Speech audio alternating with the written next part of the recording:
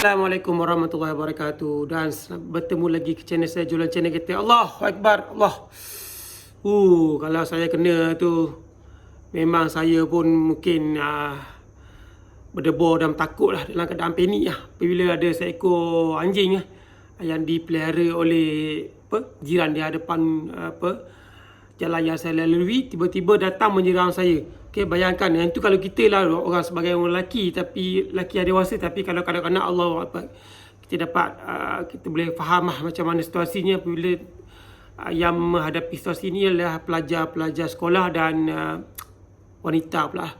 Okey, memang mengejutkan dan orang kata menggerunkan lah. Okey, jom saksikan video penuh bersama-sama saya. Let's go. Zas.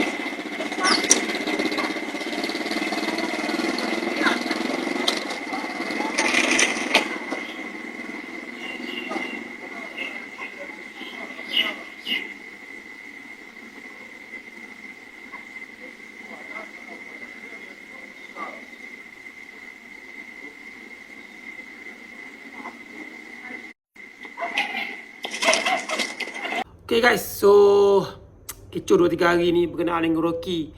Okay, seekor anjing yang orang kata di tak nyanyi lah orang kata kan. Tak pastilah. Tapi video ni kalau kita tengok video-video yang berkenaan dengan anjing ni, kita dapat kena pasti lah. Okay, sebab sekarang ni kita tengok banyak sangat anjing-anjing liar yang berkeliaran dalam berkumpulan. Okay. So tadi kau tengok video yang berdurasi dalam 5 minit, 6 minit yang saya ulang mungkin 2 kali video tu. Situasi cemas lah. Okay, situasi cemas apabila 2 orang pelajar sekolah lah. Okay, Allahu Akbar. Okay, diserang lah. Yang diserang tu adik beliau lah. Okay, adik kepada seorang kakak ni yang balik daripada sekolah. Okay, tiba-tiba diserang lah oleh seekor anjing yang dilepaskan lah, ataupun mungkin terlepas dari kawasan rumah seorang keluarga berketurunan India ni lah. Okay, kita tengok macam mana dia pun tak boleh nak handle anjing dia tu. Dia tak boleh nak tangkap anjing tu, dan anjing tu terus menerus menyerang pelajar tu. Dan nasib baiklah murid ataupun murid tu tidak mengalami kecederaan yang serius lah. Kita bayangkanlah kalau anjing tu mungkin mempunyai penyakit anjing gila dan mengakibatkan gigitan tu pada mangsa dan boleh mengakibatkan kematian lah. Okay. So mohon pihak berkuasa mengambil tindakan dan ibu bapa kepada mangsa tu boleh membuat dia polis lah. Okay. Agar kejadian ni tak berlaku lagi, dan serangan ni orang kata boleh membahayakan lah.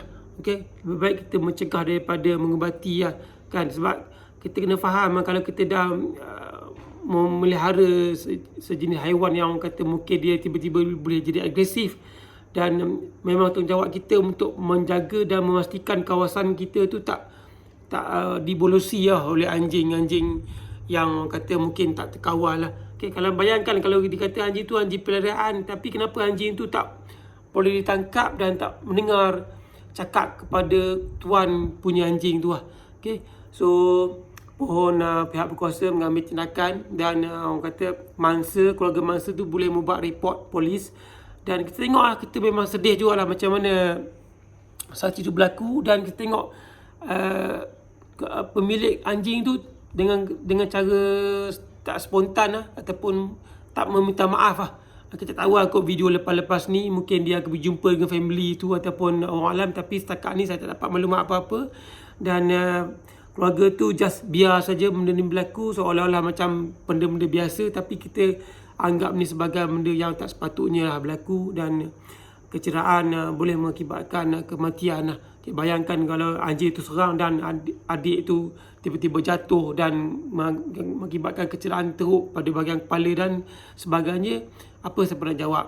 So berkenaan dengan kes Rocky 2 hari lepas tu, memang saya pun bukan saya nak jadi sebagai orang kata penyelamat ke atau apa ke kan, tapi kita faham lah.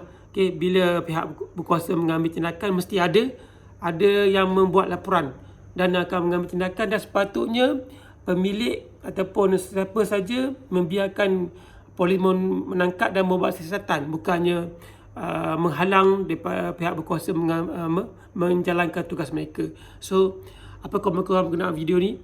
Okay, tengok tadi anjing tu mengejar terus menerus mengejar budak tu dan mengakibatkan satu situasi yang tegang lah. Okay, so setakat itu saja perkongsian saya. Apa komen korang berkenaan video ni? Jangan lupa like, subscribe video saya, tinggalkan komen kat bawah. Sehingga berjumpa lagi video akan datang. Assalamualaikum warahmatullahi wabarakatuh.